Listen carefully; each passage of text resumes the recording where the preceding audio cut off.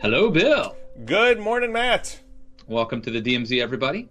Again, a risky choice on the part of your honorable DMZ host, taping Wednesday morning. So much can happen in the next 48 hours that we can't even dream of. But we are beholden to our complicated schedules. There's a lot of game left to play this week, Bill. But I think you have to give a lot of credit to the gutsy call to go ahead and tape on a Wednesday morning. These are two men. These are two fierce competitors who will not go a week without taping. The Mets can still make this a game if they just put another 20 runs on the board. These got to take it one step at a time, one at bat at a time. Well, sometimes there are comebacks, but don't call it a comeback. Call it a DMZ. What do we have in store for the literally dozens of listeners out there? Well, I noticed you had a piece at the Daily Beast where here you got Donald Trump bragging about 4% GDP growth for the last quarter, acting as if this has never happened before, when in fact it has happened several times on Obama's watch. I mean, the challenge is, can you string them together? And so it's not this kind of start and stop economy. That doesn't even get into the question of, how are we judging people based on their baseline? Obama comes in when the economy's in free fall. The fact that you got out of the ditch is a success. To say Obama came in when the economy was plummeting by 8%. Why didn't you get 4% growth every quarter for 3 years straight out of that? That's sort of a ridiculous bar to set him to. But here you got Trump doing a victory lap off of one quarter. And you're pointing out at Daily Beast, why is this guy at 41%? Yeah. Well, no, look, I think that all the points you made are totally valid. Presidents don't really deserve the criticism or the credit that they get for an economy, but they get it usually, right? I mean, if you have the metrics, if you have the numbers, if you're the president and the economy is booming, growth is happening, the unemployment rate's like 4%, you would assume that this is a guy who is coasting to an easy re-election and the midterms would be looking pretty solid, and that's just not the case. Trump's approval rating is pretty much where it was when he got elected. Now, granted, it was enough for him to get elected, but he lost the popular vote. And even if he does get reelected, I don't think it's going to be any sort of a landslide. So why is that? Now, maybe there are reasons, right? So one argument would be that the numbers aren't really that solid. Like, the numbers are misleading. People don't feel that the economy is doing well because the numbers are misleading, because they're not actually doing that well. But the other argument, the argument that I think actually makes more sense, is that Donald Trump's, all of his rhetoric and divisiveness are overshadowing the popularity he could have. There's a strain of thought on the right that says that Trump is sort of brilliant, and all the things he does, the distractions, the chaos, that's all brilliant, because otherwise the media would be attacking him, and this is what he has to do. He's figured it out. He's playing four-dimensional chess. Maybe there's some truth to that, but I think actually most presidents, if they were given this economy, would be doing much better. And I think that Trump, just like his predecessor, missed an opportunity to transcend the normal political paradigm. And I think he's really playing to his base more than he should be.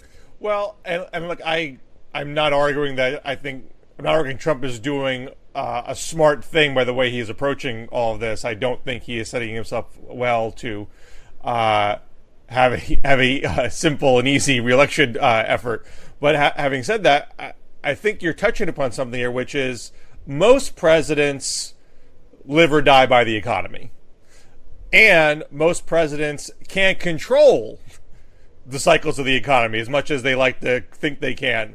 That usually there's a high degree of luck there, how you are perceived as an engine of prosperity.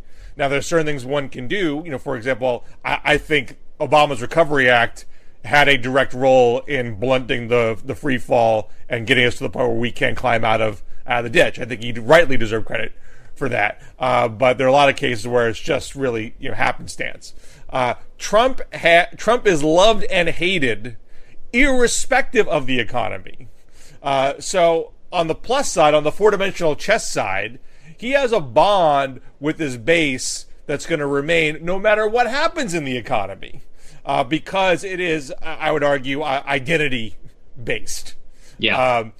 And whatever happens to the economy, they will give Trump credit for whatever he does, and if it goes bad, they'll go blame somebody else. Yeah. Well, it's just interesting because it seems like he has made a bet that says, I don't really ever want to be popular with a lot of Americans. What I want is to be popular with just enough Americans and just the right places to eke out an electoral college victory. Right. And he can theoretically do that regardless of what happens to the economy. He has not moored himself to things that are out of his control. He can control.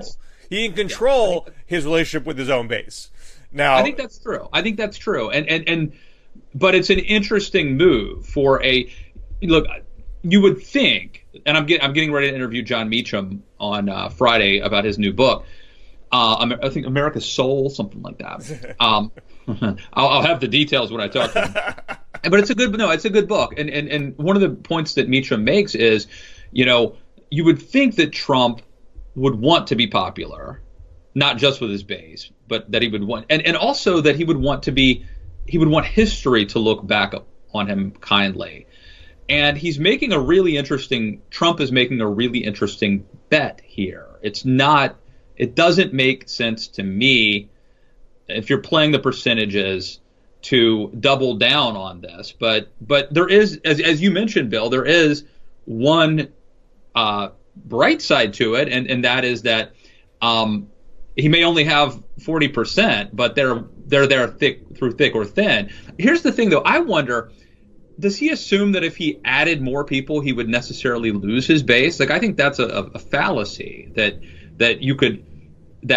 doing the things that he would need to do to become more universally popular would chip away at the intensity of his base. Well, if he was a more subtle and nuanced player of the game, he would recognize, okay, I got my base. I broke all these rules, and in doing so, I've built this bond that's essentially unbreakable. But I just barely won. As much as I like to talk about the map and all this sea of red, I'm not a dumb guy. I can look at the numbers. I didn't get the popular vote. I just barely won the electoral college victory with very thin margins in several states. I can't count on perfectly replicating that next election. I need to add to this to give myself some cushion. And if I do a good job on the economy, I can get that. So I'm at 4%, basically doing nothing. Maybe my tax cut bill, I certainly can milk it and say my tax cut bill help with this, but chances are probably not.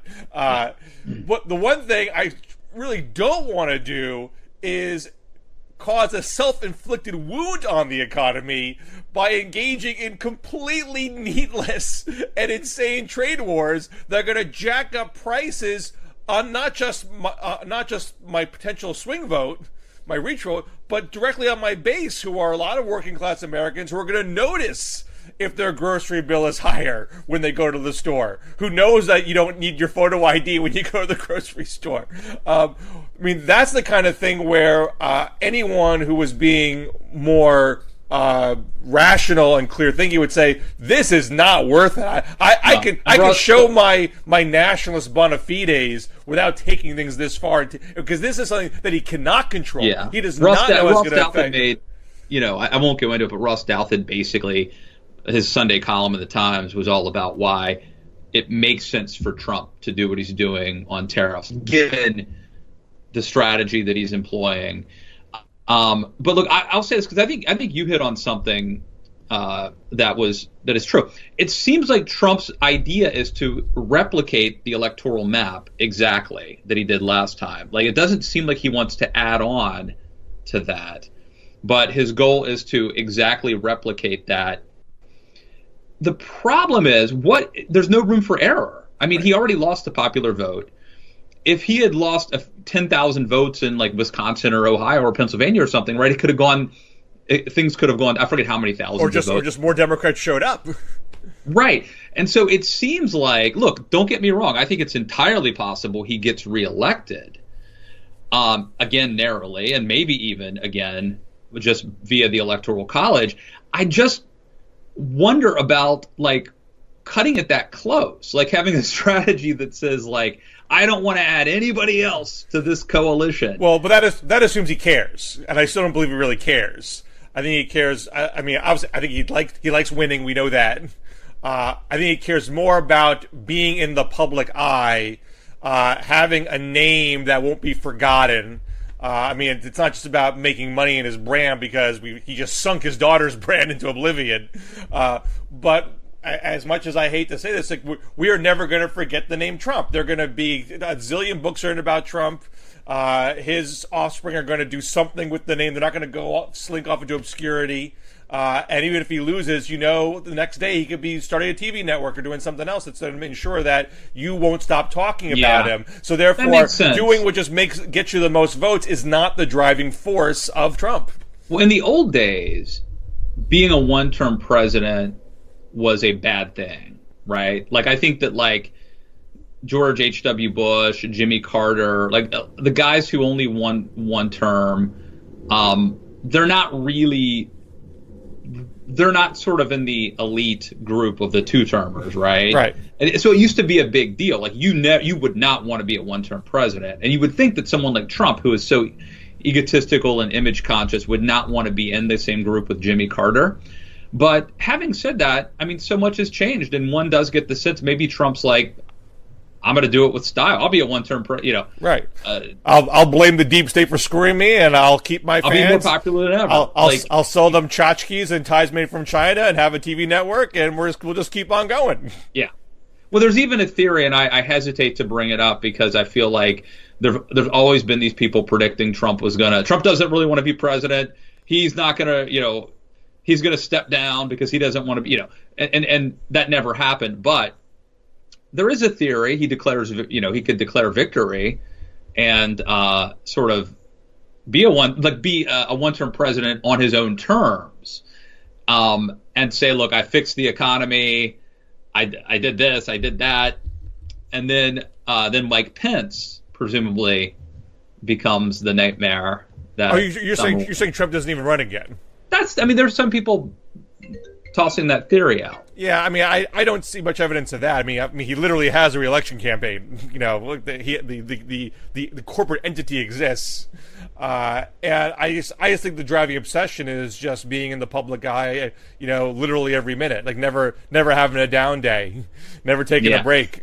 Well, the irony is that by not caring, by not caring that much about whether you win or not, and by not doing the things that a normal politician who cares about winning would do, that was freeing for Trump and made him more appealing, right? And so even maybe the same thing could happen the second time around.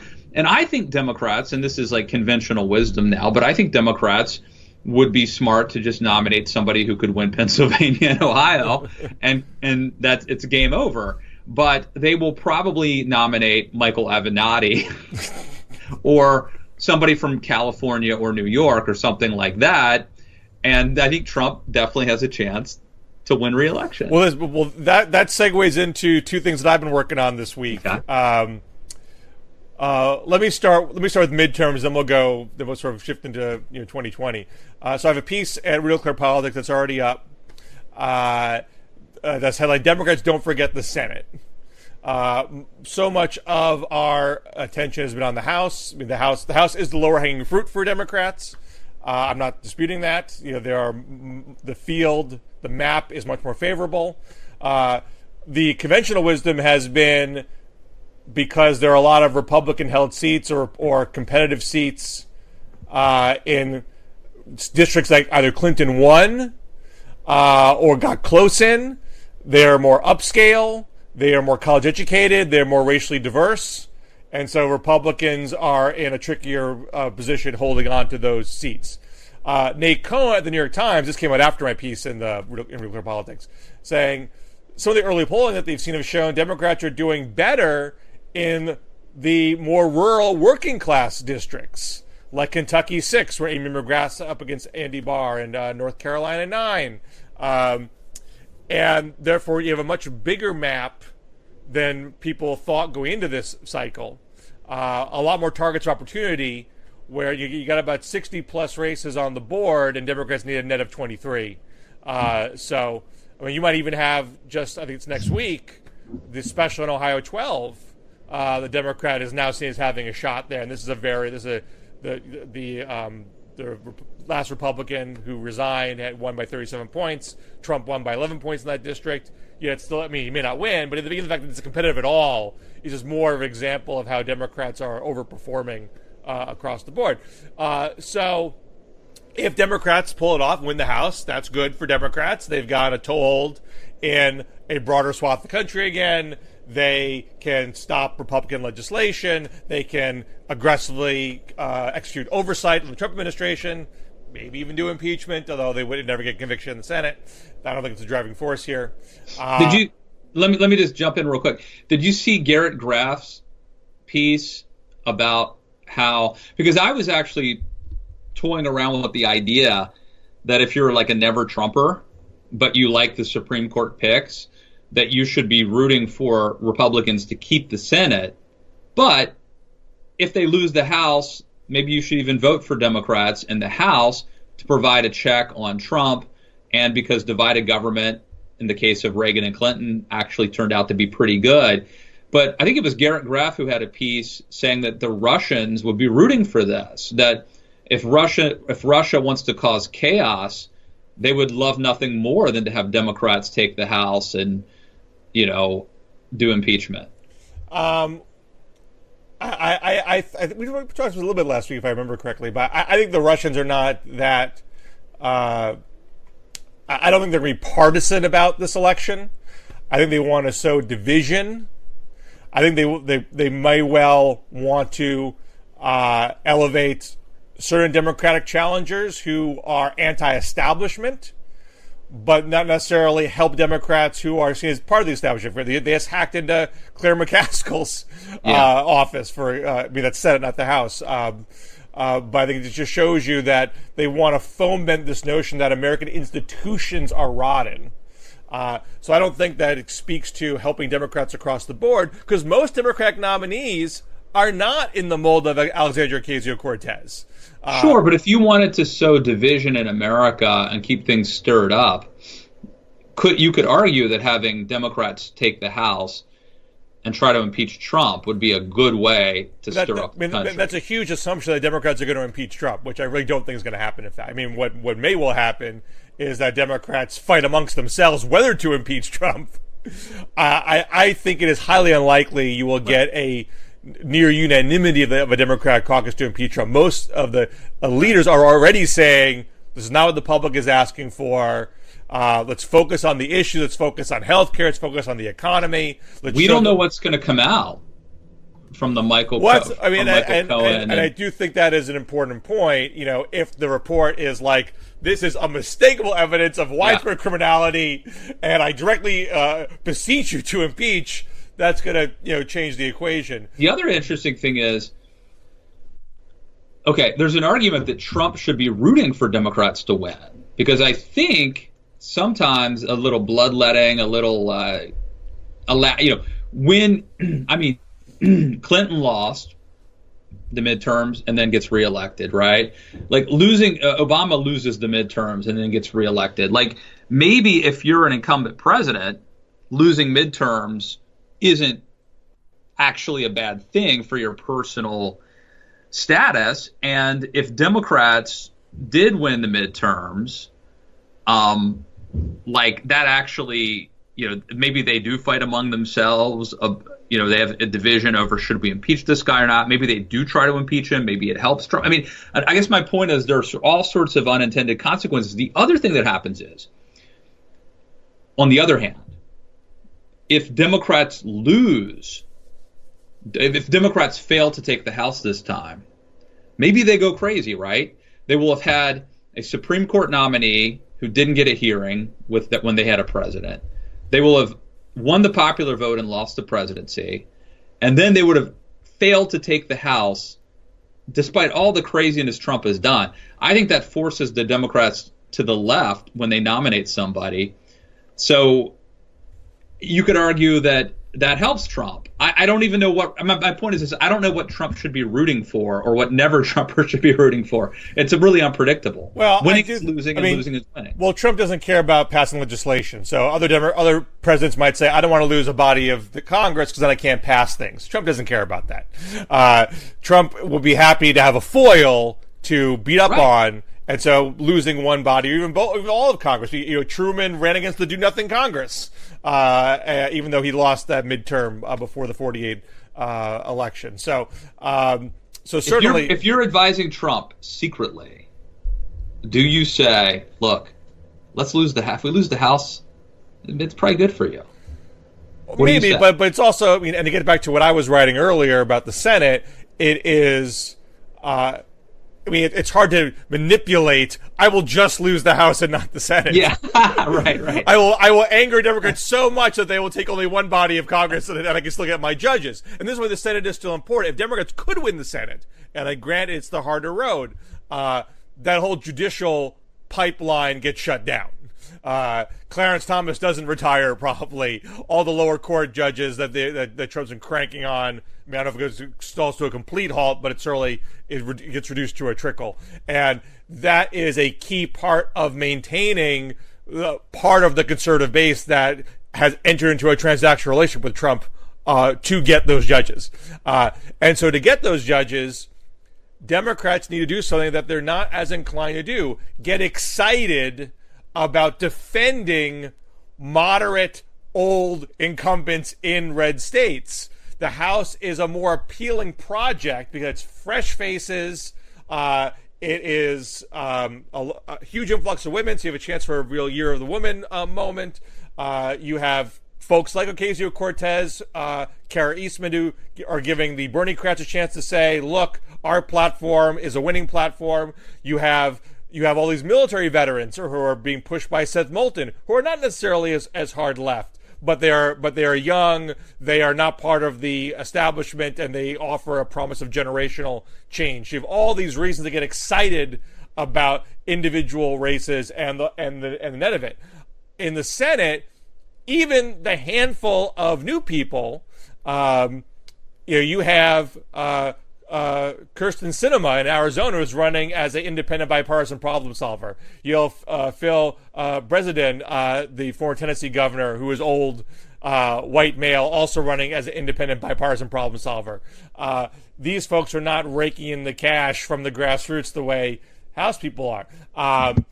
The only challenger who is like that is Beto O'Rourke in Texas, who's not in one of the more competitive Senate races. Maybe he pulls off the long shot, but he is generally not seen as having much of a chance against Ted Cruz in Texas. But he is young, he is charismatic, he is running a more liberal campaign. If he wins, does Beto for president begin next day? Oh, yeah. And you know what? If Stacey Abrams wins in Georgia, don't be surprised that there's a lot of presidential talk for her. African-American woman winning in the Deep South.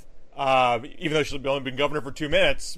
This is how Woodrow Wilson became president. He wasn't governor of New Jersey for very long either, but he catapulted that into instant stardom. So I do think there's the chance there for those things. I have proven I can win in these areas, therefore I should be president. But O'Rourke has raised $23 million without PAC money. And, Joe Manchin and Heidi Heitkamp and John Tester and Joe Donnelly aren't getting that kind of cash from the grassroots. Now, they're not necessarily broke because they are raising money from PACs and from corporate donors and whatnot. So I'm not saying they're going to be outspent. Now, Bill Nelson in Florida may well get outspent. And he's not even all that conservative. But he's running against Rick Scott. He's running against Rick Scott, who's independently wealthy, and Florida's a very costly state to run in. He needs money. There's one guy in the Senate field that needs money. It's him. And he's not going to get it from viral videos the way Beto O'Rourke is getting it. But if Democrats want to, and they add extra complication here, chances are a good number of these red state Democrats are going to vote for Brett Kavanaugh. Especially if Collins and Rand Paul already caved. He flirted with voting against Kavanaugh for about 2 seconds. He got Trump to say, I'm going to revoke the security clearances of John Brennan and such, after Rand Paul met with him. And then a few days later, my concerns are assuaged. We're going to vote for Brett Kavanaugh, even though he's for basically unfettered executive power. So he's not on board. Not on board with stopping Kavanaugh. Collins and Murkowski have not given much signal that they're going to break ranks. They haven't quite put it written in ink yet, but they aren't giving the left much opportunity to suggest that they're on the fence. So if they don't go rogue, why would... So if you're a Manchin, if you're a Heitkamp, if you're a Tester, you're a Donnelly, you are running campaigns based on your bipartisanship. You are, in some cases, literally saying... to the choir, baby. This is why... Amy Coney Barrett should have been the nominee. It would have been so much harder for them. There would have been more pressure on them to vote against her, right? Well, sure. I mean, I think there would have been more pressure from the left. But now they have every reason to say, I'm telling you, I work with Trump when appropriate. Here's another case where I'm going to do that and vote for his judicial nominee. And it's a vote where he's going to win anyway. It's a free vote. There's no point. You can't say I'm the one who got him there because he was going to get there anyway. So there's going to be even less incentive for grassroots progressives to give those guys money, but they need them to win if they're going to stop any future judges. So they have to be able to look past the immediate vote and say, recognize that's a strategic vote. Don't assume this means that they're useless. You can't trust them. They're unreliable. Screw them. They might as well be Republican. I don't care about them. I'm just going to focus in the House. You need those. You need them on that wall if you're going to stop any more. So you know what needs to happen then? The Republicans should set up some liberal outside groups to attack them for selling out, right? Well, the Russians might do that. I don't want to give them any idea. That's the kind of thing they would do. Hey, Russia, if you're listening to this Skype call, there's some email. Don't do that. Now, I want to get back to one of your other points. This is a piece. I'm pausing because I am getting a edit from Politico on this. So my piece isn't published yet. I need to apparently do another edit.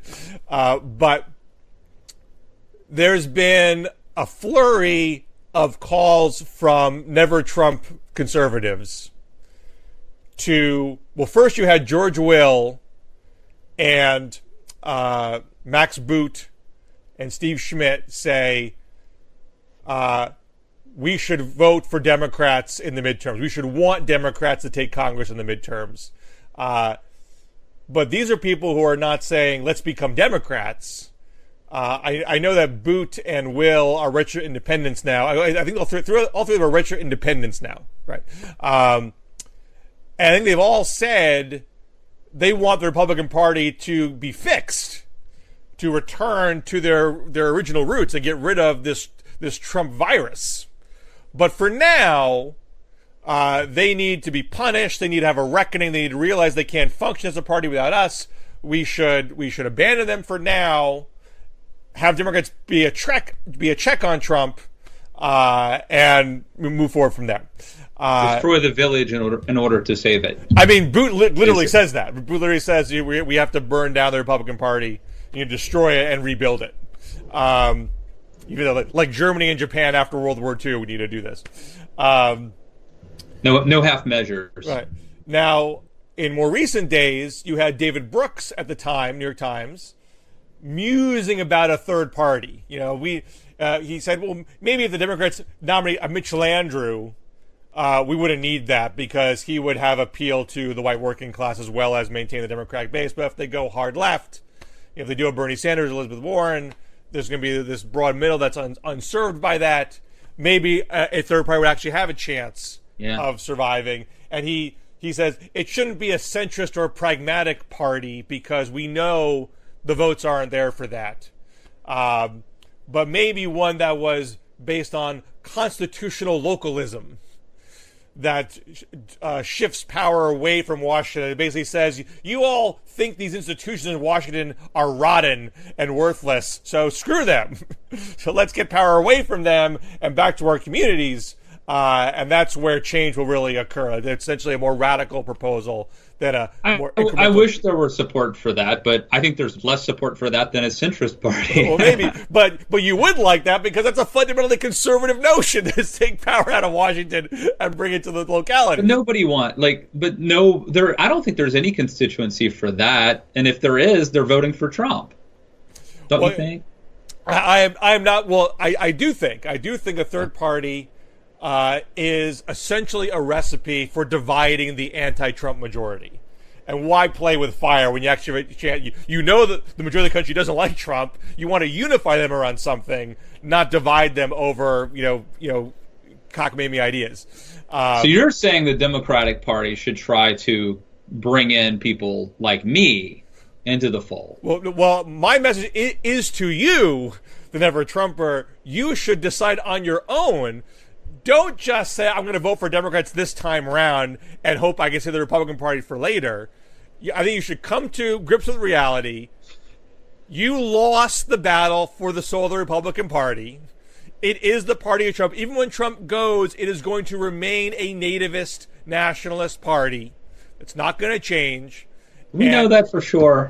Are we 100%? Who knows everything for sure? But all evidence suggests...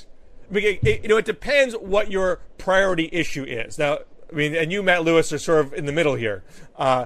If what you care about most is conservative judges and low taxes, I can't make a very good argument you should become a Democrat. You're not going to get that among the Democrats.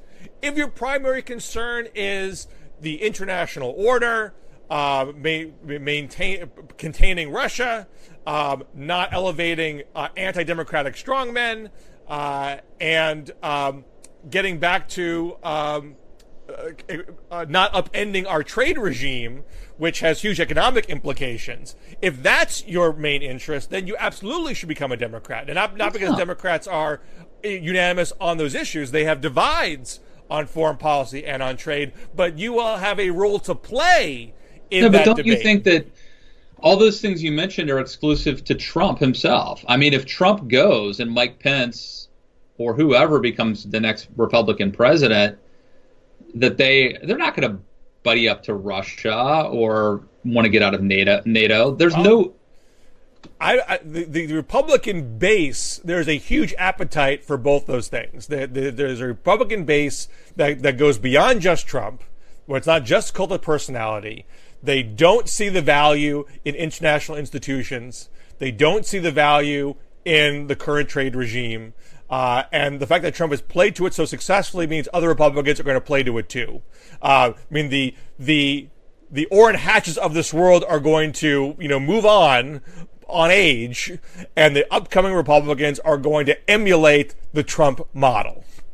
Well, I think that's true. Like, who's that guy down in Florida? The Gates, Matt Gates or whatever. Like, there's a young generation of Trumpy Republicans out there, but I don't think any of them. Now, granted, we just talked about how Beto O'Rourke could instantly become the Democratic nominee, right? So anything's possible, but it seems to me that there's nobody anywhere close to becoming the next Republican standard bearer who has those instincts. We're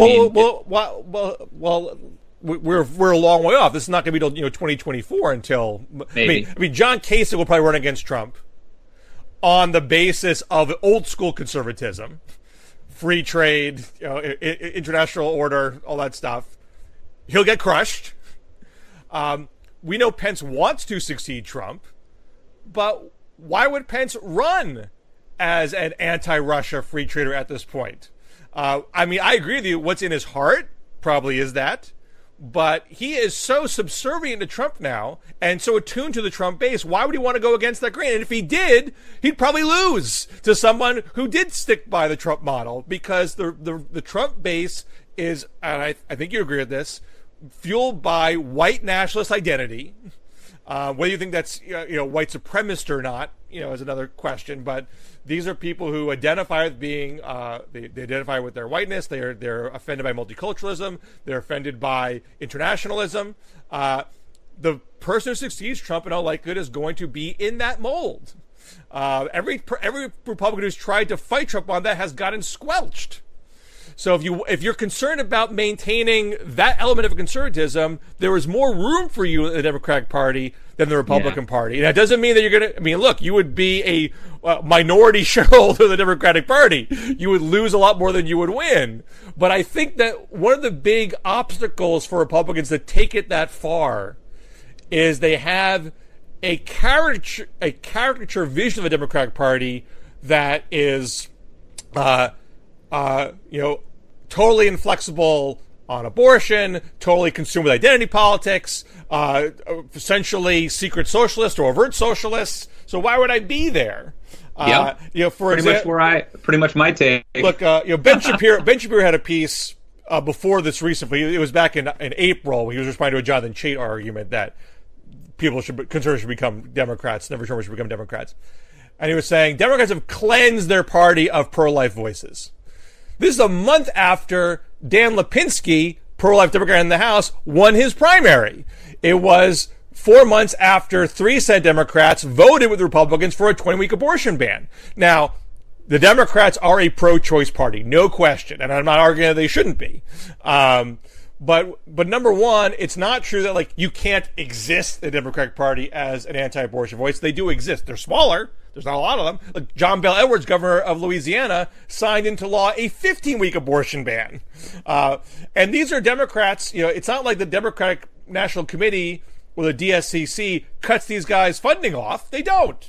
They're allowed to remain. Look, if I were a politician, maybe it would be an intriguing idea, especially if I were running for Congress to run. But I'm not a politician. And just because the Democrats only hate the things I believe in 99% of the time instead of 100% of the time doesn't make it a compelling or hospitable place to move to. But I do think you're onto something else, which is I think that these perceptions are deeply ingrained in us. It used to be that there were all these Southern Democrats and they were really conservative, but they wouldn't quit being a Democrat because Daddy was a Democrat and what would Grandpa? Sometimes you have to wait till someone dies before you could switch. I can't become a Republican until my parents. I've heard that. Right. I'll become a Republican when my parents die because it would kill them if they knew that their son was a Republican. It's like these identities are deeply ingrained, and I'm not saying that I would never consider it because parties change, but I think we do need to recognize the power of these brands and what they've come to stand for my whole life, and the imagery and Reagan and Look, I don't think Zell Miller ever stopped being a Democrat, even though he literally went to the Republican convention and eviscerated John Kerry, because he was trying to say, this is the kind of Democrat I've been my whole life, and I'm not going to stop being that. Right. It's yeah. But if you're a never-Trump Republican, and you're concerned about what he's doing to the democratic fiber of the country and the world, and you're also concerned about the Democratic Party becoming a democratic socialist party, you can mitigate the leftward drift of the Democratic Party by saying, look, we are taking our place in the Democratic Party. We're going to be Democrats. We're going to vote in the Democratic primaries in 2020. We're going to help elect delegates to the Democratic National Convention. And look, I know I'm not making this a conservative party, but I'm freeing myself of being in the Fox News bubble. We're going to be fact-based. I've already done that. We're going to be fact-based. We're going to be in good faith. I'm doing that now. Look, we don't want single payer, but if we want to talk about how to tweak Obamacare, which used to be Romney Care, let's have that discussion. If you want to talk about how we can reduce unwanted pregnancies, let's have that discussion. And let's have that argument inside the party about trade and about foreign policy vis-a-vis Russia, because we have perspective on that we think there are open-minded Democrats that will want to hear what we have to say about it. I think you'll have. I mean, I'm not saying it's going to be fun. That you're going to. Again, I don't think you're going to be the dominant force in the party. It is primarily a center-left party, but I think you would have more influence in a Democratic Party than you currently have in a Republican Party. Again, depending on what your issue priorities are. If you want conservative judges and tax cuts, that's not going to be the case. If it's other things, then you would. I think it's an interesting argument. And I think the part about where you're going to have influence is definitely debatable and interesting. I don't think that people like me don't have much influence in the Republican Party now. Certainly, they don't care what we have to say or what we think, and they don't really want our support. They don't really want our votes. They don't think they need them, and they don't want it. So that part is enticing and interesting. I would say a couple of things. One is you got to remember, I think people like me pretty much agree with like 90% of the policies that have been enacted by Republicans and by Trump even. My main concern with him has to do with, rhetoric and tweets and his lack of character, not policy. Right. So if you were to isolate just the policy part, I would still be. So it's hard to leave a party that you still agree with like 90%. If you think sort of Trump is a passing phase. Well, that's the other part. That's the other part. Now, this may be naive of me, and there's no doubt that the party right now is the party of Trump. I don't, and it very well may be that it is shifted and it's going to be Ivanka next, and but if I'm in a family and my mom becomes like a raging abusive alcoholic, I don't say, let's find another mom. Let me get another family, right? I'm like, this sucks. We got to get her some help. We got to get her to a hospital. We got to take care of her. Maybe this is going to, let's not put her down. Maybe this is going to pass. Like this metaphor of, the analogy of a family, I think, that's the way to think of it. Because, or maybe you've got a racist uncle, but he's still your uncle. This was the Obama argument in 2008. That is the Obama argument. I mean, you know where I'm going with this. If you view a party as being something, not something you join and then divorce cavalierly because it no longer fits your style or your lifestyle, then you'll leave it. But if you view joining a movement or a party as till death do us part, and you're there for better or worse, and if they go worse, I went to a wedding this weekend, and basically they're like, everyone in this room has a responsibility to try to keep this marriage together no matter what. And if they need something, you're here. You need to pledge that you're going to, if you view joining a political party or a movement with that kind of obligation, then you're not going to just leave because for the last year or two, it hasn't been what I signed. This isn't what I signed up for, so I'm out of here. This is the case for sticking, as James Carville might say.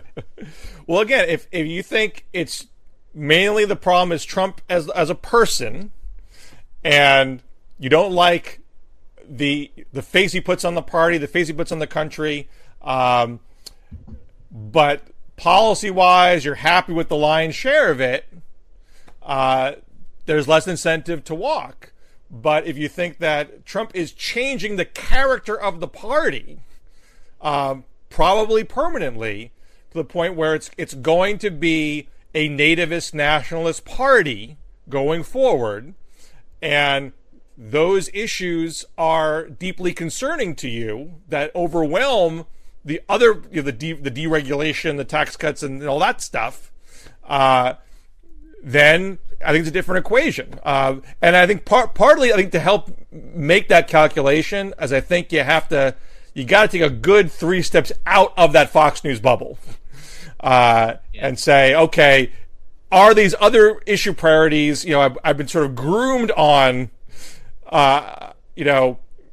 every tax cut is good. Every deregulation policy is good. Yeah. Is there a more nuanced attitude one can have about these things that if I'm sort of outside that bubble, I can see more clearly and say, look, just as Democrats shouldn't love every regulation, every tax hike, maybe that's a party that is more open to compromise, open to factual, rational discourse, and I can have a discussion about those issues and bring them closer to the middle, and I can't have that in any respect on the Republican side.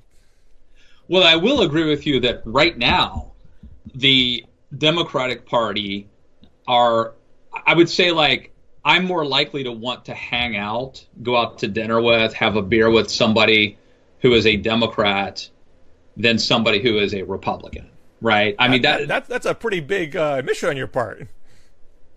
Well, look at the types of people. I mean, let's just look at who do you think, Beto O'Rourke, or Ted Cruz?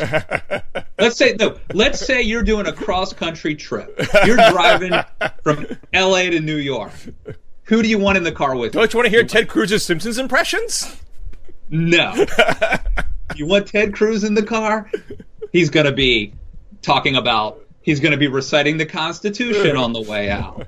He's going to be doing Simpsons impersonations.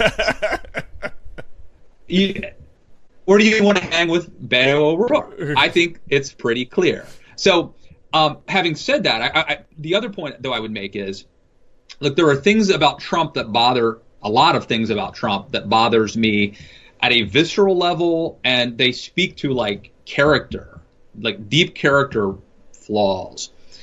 But in fairness, the problems I have with Democrats' policy are not, should the tax cuts be 0.2% or 0.3%? I mean, these are moral issues that a lot of these issues and a lot of these beliefs speak to maybe not character, but they're very deeply embedded, and they're not just sort of wonky technocratic differences. They are deep-seated worldview differences that cannot be easily reconciled. So I think if you take that aspect of it, you take the potential that Trumpism might eventually, the fever could break, and then you take the part that I was talking about earlier about the loyalty, the thing where you kind of sign up for this through thick and thin, better and worse. I think that these reorderings and stuff are gradual, and it's gonna be a slow process. I mean, and maybe not as slow as it used to be in the old days, where like you can't change to be a Republican until Daddy dies, because it would kill him. But it's gonna take time before this, if this happens, before this would happen. We should leave it on that note, sir. All right. Good discussion, though. Absolutely. Kudos for. And you didn't dismiss the possibility as definitively as I thought you might. Well, here's the thing. I don't think that you should have loyalty to a party like. I don't think you should indefinitely have some sort of fealty to a political party, because parties change. And so, like, if you are a hardcore, if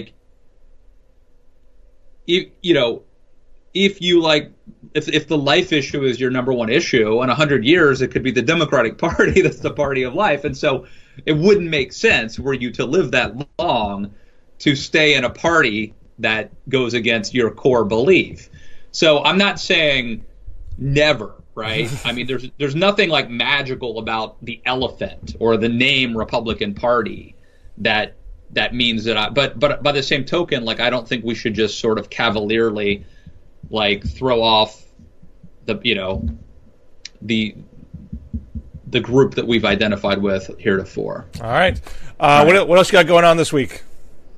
I just interviewed Mike Reiss, who is a 4-time Emmy Award winner for writer for The Simpsons. And we had a great discussion on my podcast. Ted Cruz would be so jealous. Yes, he would be. The interesting thing is, Bill, not only did Mike Reiss, was he a 30-year writer for The Simpsons, but he was behind some of my favorite shows when I was a kid. Do you remember Sledgehammer? Oh, I do. He was a main writer for Sledgehammer. That's a great show. I think so, too. Also, Alf, I was a big fan of Alf. And The Critic. He's a The Critic was awesome. Creator of The Critic with John Lovitz. Yeah. So, John Lovitz was the main character. But there's a Funny or Die series called A Very Special Episode, which are like 5-minute synopses of very special episodes from 80s sitcoms, done in a very snarky way, of course. There's a great summary of the very special episode of Alf where Alf starts dating a blind woman. So. Oh, I remember that vaguely. I remember that. Alf was, I just found it interesting that like some of my favorite shows, and then sort of off camera, we were talking about it, and I was like, yeah, I remember it because it came on after my other favorite show, Sidekicks, with Ernie Reyes Jr. Do you remember that? I do not remember that. You've out-80'd me. So the reason that we were watching Sledgehammer, besides the fact that it was awesome, right, is that it was up against like Dynasty and Miami Vice. So if you were like 10 years old, both of those shows were out of your demo, right? And Miami Vice. I watched Miami Vice at the time. All right, for me, I feel like I was a little young for Miami Vice and way too young for Dynasty. But Sledgehammer was awesome. Yeah. For those who haven't seen it, it's sort of like a parody of like a Dirty Harry. I mean, it's a Naked Gun kind of show. Yeah, but the Naked Gun was first a show was Police Squad. Yeah. You had the black police chief who's always like, Hammer, if you one more time, if you blow up another police station, if you wreck another car, and then the main character was like, wasn't he like a Dirty Harry kind of guy? Yeah, like he was like almost like a vigil. Like he made his own rules. Yeah. He didn't play by the. He was more cop on steroids than Frank Drebin on Naked Gun. It was kind of more oafish, although he certainly had his Dirty Harry elements too. Yeah. But both great shows. When I see somebody pulling a knife in Central Park, I shoot the son of a bitch. I don't wait around and ask questions. Frank, they were doing a production of Shakespeare. You shot 5 actors. Good ones. I'm paraphrasing, of course. I haven't memorized the lines, but I loved it. But I think we were the only ones. And the fact that it was up against Dynasty and Miami Vice perhaps speaks to the fact that the show only lasted 2 seasons. Yes, it was not well programmed, but it deserved more nurturing. Yes, and so for whatever. By the way, let me recommend the book, the Mike Reiss book. It's called Springfield Confidential, and if you don't even have to really be a Simpsons nerd to like it. I was literally laughing out loud every couple of pages, as my wife could attest to. So good stuff. And I went back and I watched don't tell my wife this either. She doesn't watch the show. She'll never know. I actually showed my kids for the first time some Simpsons shows. No, I'm not allowed to do that. Neither am I. We watched. So do you remember the episode where Lisa gets a substitute teacher? Yes. So and I think it's voiced by Dustin Hoffman. Yes. The character is actually based on Mike Reiss, like the physical character. Right. The principal is based on Mike Reiss. So I showed my boys that one. That's kind of a very sentimental episode. And then we watched Marge versus the Monorail. Oh, it's a great one. It's a very political episode. They have they come into some money. They get like $3 million. They win like a lawsuit against Montgomery Burns. They get $3 million. So the town has to decide how to spend it. And Marge has them convinced to fix Main Street.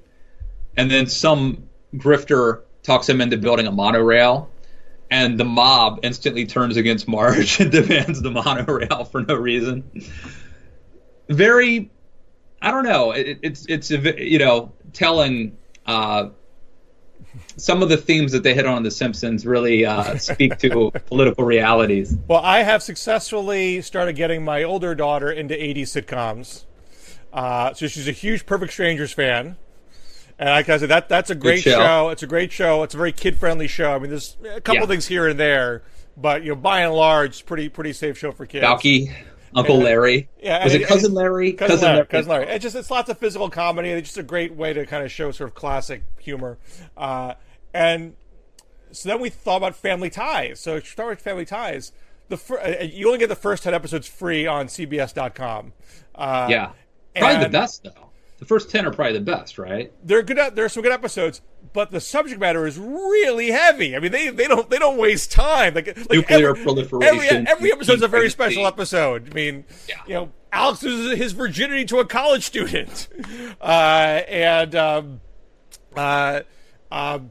family friend, makes a pass at Mallory. I mean, there's a lot of stuff that I really don't want. The Keaton's by a gun. Well, a young Justine Bateman, though. How could you not? Don't go there, Matt. Don't go there, Matt. If you were under the age of 18, of course, a high school student. But the family friend was not under 18, which is the point of the episode. This is not Uncle Kip, was it? Played by Tom Hanks. It was someone who they referred to as an uncle. I mean, Uncle Kip. He was an alcoholic, Uncle Kip. Yes, he drank the vanilla extract. Right. And there's an episode where they get broken into, and then the pacifists, Michael and Elise, go to the store to buy a pistol. So in a way, I mean, maybe not great for your daughter, but in a way, kind of edgy in a cool way, right? Well, it's a reminder that the shows back then, I think, were really designed to be family shows that you watch with the whole family, and you talked about those issues as a family. Right. You didn't go run off to your separate devices. Yeah. But I would say this because I just watched Back to the Future with my kids again. Yeah. And there's basically, we forget about this, but there's basically a rape scene. Right, in the movie. I was like, what? Man, show Back to the Future. Oh, right, rape scene. Can't do that. My kids totally, I don't think they get it. They don't know, but the thing is, I would say this, everybody's worried about content, right? And don't get me wrong, you should be. Like, if you're a parent, you should be worried about content to a certain degree. But for me, it's like, I'm actually also worried about quality. Like, I would rather my kids watch good art, like a movie that is actually a good quality movie versus crap. So I would rather have them watch Back to the Future as long as I'm there with them. Right. That's a big caveat. I mean, you have to be with them and talk about all those things that come up when they come up. I would rather, or I'm looking at them to see, like, are they concerned? Do we need to talk about this? Do they have any questions? But I would rather have them watch, like, my oldest son has seen, like, Midnight in Paris with me, like, 2 or 3 times. He's 7 years old. I'd rather have him watch that than, like, SpongeBob SquarePants or some, like, and the same thing with The Simpsons. Like, I want my kids to have a good sense of humor. Like, I want to help them appreciate humor. And I think The Simpsons is actually pretty funny. And the best thing happened. We just started watching. They'd never seen the Flintstones before. They thought Fred Flintstone was just the guy who sold cereal. And we watched an episode of The Simpsons a couple days ago for the first time ever. And then, remember I told you we just watched, so we watched the first episode of The Flintstones for the first time ever like 2 days ago. And then I let them watch one of these Simpsons shows. And the very first Simpsons show we watch, it starts off with Homer doing the yabba dabba doo, sliding down. And it's like a parody of the opening of the Flintstones. Right. And my son, like, laughed his ass off. And I'm like, do you know why that's funny? It's funny because you get the joke. Because you wouldn't have even known that was making fun of the Flintstones if we didn't see the Flintstones 2 days ago. So, like, I think it's good to, like, help them develop humor. Oh, that's exactly why we watched Perfect Strangers. She was asking me so much, like, why is this funny? Why is that funny? And I wanted to show her something that would show humor principles, and I thought that would be a good way to go. Anyway, we've run a little long. I got work to do. Busy man, Matt. Way to cut off my fun. I know Politico has their demands. They've got edits to be made. That's right. All right. We'll see y'all next week in the DMZ. All right, take care.